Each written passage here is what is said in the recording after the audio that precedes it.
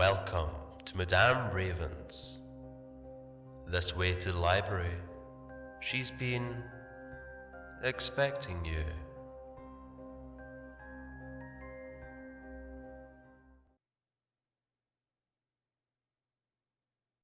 Hello, darlings. Today you get an extra, a little special. This is part of a collaboration with Musey. I will put a link to her channel down below and here on the screen. This little collaboration is a story by Rick and Dick and Dakin 123. I am doing part 3. Before you do, go and listen to the first parts on Musey's channel and give her a like, and if you so like, subscribe. Once you've listened to the first 2 parts, come back to this video and you can hear the third. You grab a nearby vase, ready to assault the intruder. As you're walking towards the kitchen, another sound of glass breaking comes from the kitchen. You slowly take step by step towards the sound, holding your breath. You stop just around the corner of the kitchen, perking up your ears for any sounds. You hear nothing. And then a faint scratching-like noise. It's inconsistent, coming on and off. Tension rises in your chest, and before you allow yourself to chicken out, you raise the vase above your head and charge into the kitchen. A high-pitched scream echoes in the kitchen as a raccoon scurries past you and into the living room. Half relieved, half frustrated, you place down the vase and chase the raccoon out of your house.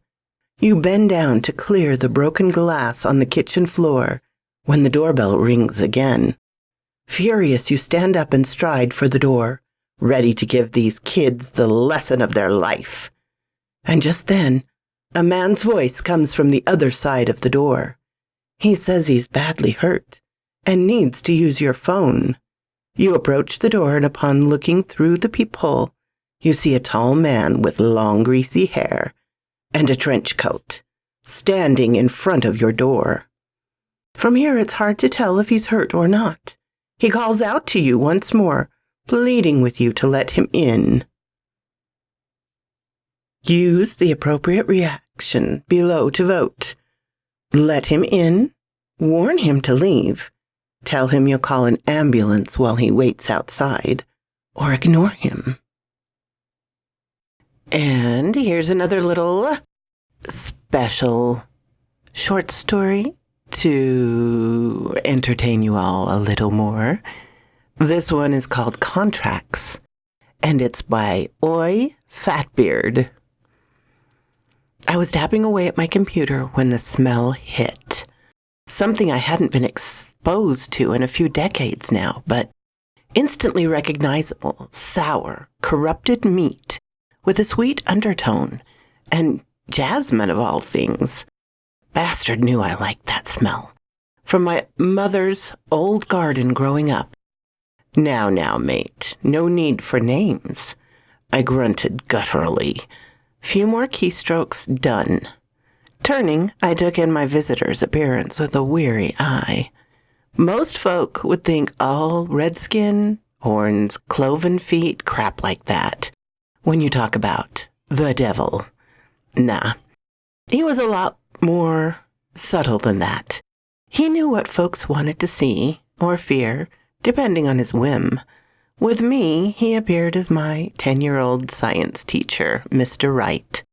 Short of stature, yet staunch of width, with a salt and pepper beard in steep contrast to his shiny bald head. Hand-woven cotton vest, dorky tie, chinos, you get the idea.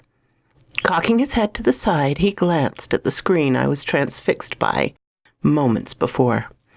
"What you working on today, Jeff?" "The Gutenberg discontinuity." "Ha, wacko. Never one for geology myself. I mean, where I'm from and all that. A cigarette, already lit, appeared in his hand as he sat cross-legged on the floor looking up at me, taking a drag and staring off into the distance.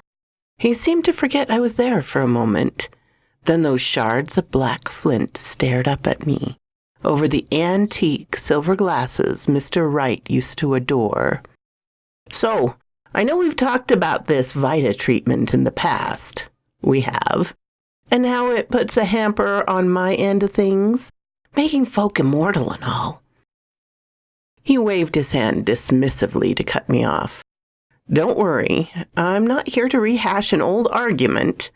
Untangling his legs to stand upright, with a faux groan, he plopped his cigarette into his mouth nonchalantly, wandered to the curtains covering my office in shade, flinging them open, revealing a rising sun, closed his eyes, enjoying the rays of light. Oh, a while since I felt that. He spat the cigarette out. Starting a manic golf clap, he turned to face me. And props where props are due. You got one over on old Nick. Been a while, but it does happen. Join me outside for a sec. Without checking to see if I followed, he was suddenly on the other side of the window. So I threw on my dressing gown and made my way outside, the usual way. Recoiled at the sudden heat and light. It's going to be a warm one.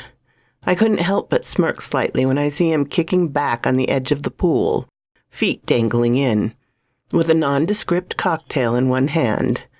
Naturally, another cigarette was dangling from his mouth. What was a surprise, though, he had company. Balding as well, in a severe black suit. Skin was corpse white and adhered to its almost skeletal frame. The suit was showing some papers to him, who was nodding along. He noticed me joining them and waved me over, sloshing his drink into the pool slightly. Here he is, righto. This is your contract, right? I gingerly took it, even though I knew it was. The thing was etched into my mind. I nodded. Speak up, old son. Me mate here's getting on and needs to hear it. Read the big print for me. I cleared my throat. I do declare with my blood in this contract that my soul is forfeit to his unholiness, upon the terms agreed above. The suit nodded, making a hand motion to him. And you can verify that's your X on the mark there, Jeff? I can, and do. He claps excitedly, like a kid taken to Disneyland. The suit passes another contract to him, who signs it. Both stand up and embrace like long-lost brothers. The suit, betraying a formal bow towards me, turned on the spot and walked away, fading like morning mist in the steadily increasing sunlight. Something was wrong here, besides that obvious part. Was that your lawyer or something? He snickered. Or something. Nah, Jeff. That was Death. The Death. I just released him from his duties. You fired Death? Yep. Not like the bloke can't any work anymore, thanks to you. Fancy a drink? Show's about to start. What show? You'll see. Also, an offer for you here. New contract. I skimmed it, heart racing, thinking this was it. I'm being taken by him whether I wanted to or not. Unceremoniously, he plopped some sunglasses on my face with a chuckle. Nah, mate, nothing like that. It's an employment contract. A what now? As the words left my mouth, an immense strobing startled. I thought it was a sudden lightning storm, but it was too uniform, almost targeted. Forks of jagged light were zipping to the surface in a sweeping motion, heading steadily towards us like a neon curtain. You know the stats on how many folks around here on this planet now, Jeff? Just north of 9 billion. 50 bloody years since the Vita discovered, and you managed to bump over 2 billion folk onto this speck of dirt. You got about 30 seconds on that contract, by the way. North. The sun was rising in the north. He waggled his drink at me, making a tick-tock noise with his mouth. So your choice is this, old son. Don't sign, stay put, get tortured for all of eternity. Your soul is mine after all. We just proved that. He stood up, arms out at his side and turning slightly to emphasize the surrounding light show. Or work for me. Second in charge. Gonna be a lot of logistics behind this, and I gave you the brains for it. After all, thanks to you, this happened way earlier than we thought it would. He proffered his hand. Simple handshake, all I need. 10 seconds. Smart. I am smart. Brave, however, I am not. I shook his hand without hesitation, wincing at the pain as he pressed his thumb into my hand. I pulled it back with his mark firmly burnt, the first of many. The drink was suddenly in my hand, and a cigar. He clinked his glass with me, finished his with a flourish, and threw it into the wind. As the ground started shaking, the facade of Mr. Right faded slightly, as a crown of horns sprouted from where his hairline would have been. Eldritch light, spitting upward from the depths. He fixed me a horrible grin and whooped. Woohoo! Welcome to the rapture, baby! So quoth this raven. Thank you to Musey for inviting me in on this little project. It is a choose-your-own-adventure kind of thing. One more thing, my darlings, that is very important that I've learned. The Sarah Barkley stories, the Officer Sarah Barkley stories, is now in a book with new content added. I will leave a link to that down below also. Very excited for the author. She has the book out, and of course it is absolutely marvelous.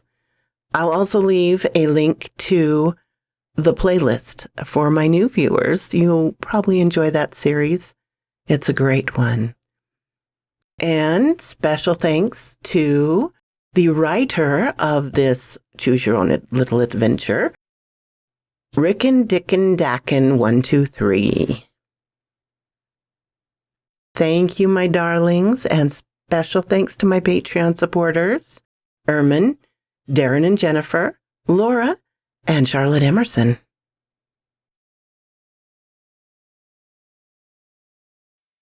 If you like this, please hit the little button to let me know. If you didn't, hit the little button to let me know. Leave a comment. I'm always glad to talk with you, my darlings. I'm open to suggestions and criticisms, critiques. If you have not subscribed, please do so and ring the little bell so you know when to come up and see me. And I will talk to you next time, my darlings. Farewell.